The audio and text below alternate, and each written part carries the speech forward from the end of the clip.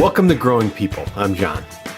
Wanted to spend a couple of minutes talking about millennials. A friend of mine who's a manager asked me, hey, can you do something on millennials?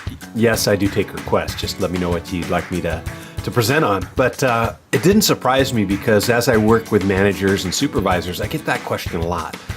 Millennials seem to mystify many managers and supervisors. How do you get them into work? How do you motivate these people? How do you get them to want to learn and grow? And honestly, it's a great question because it's complicated.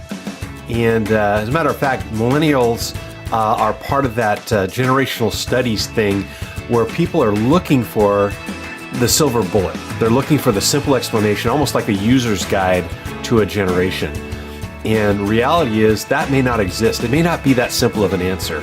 And trying to profile millennials may be more work than it's worth if you're a supervisor manager. Unless you want to become a sociologist, a social science PhD, it may be more effort than the benefit that you'd get at getting this deep understanding.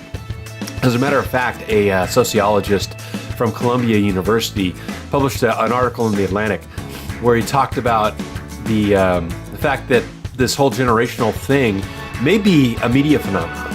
That the only clear reason, or the one generation that made sense to define like that, was the boomers. Very clear start and a very clear reason to study them. End of World War II, huge population boom, and advertisers, Madison Avenue marketing companies wanted to figure out how do you get products into the hands of this huge population of people. So it's generational studies, and millennials in particular, it's a complex thing. And instead of trying to create a user guide, or instead of trying to find that silver bullet, I'd encourage you to think about it as a cross-cultural experience. The reality is we were born on different planets. Each generation was. You think about what the world was like in the Depression era, and then how it was different in the 50s when the boomers were coming of age, 50s and 60s. And then for Gen Xers in the 80s. And then millennials who came of age at the turn of the century. We lived in different worlds. If you just want proof of that, look at the entertainment that each of the different generations experienced. Not just for the entertainment value, but look at like the aesthetic, look at the clothes they wore, look at the humor that they went after, look at the popular movies and TV shows. And you're going to see we were born on different planets. So it truly is a cross-cultural experience when we're dealing with a different generation. And we've got 4, even 5 generations in the workforce right now. So you have all these people born on different planets trying to mix. And when you look at it as a cross-cultural experience, it's not like you're going on vacation for a couple of weeks to France. It's you're picking up roots, and we're living in a different country. We're living in a different culture as we're trying to interact with millennials in particular. So think of it as a cross-cultural experience. And yeah, you want to learn a little bit about what they're bringing to the table, but more importantly, you want to build a connection.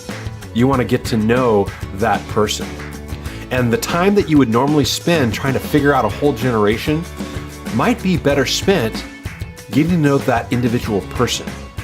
The people who are entering the workforce, build that connection and work from a position of relationship. Build that relationship, and you're going to understand that each of these people are coming in as individuals. In fact, one of the hallmarks of millennials is that they don't want to be defined, and they really don't care about generational studies. They don't care about who they are as a generation. They really care about making meaning here and now. And you're going to find if you are a Gen Xer or a Boomer who are in a leadership role, you're going to get a lot more bang for your buck in building the relationship rather than trying to treat them as a blanket generation.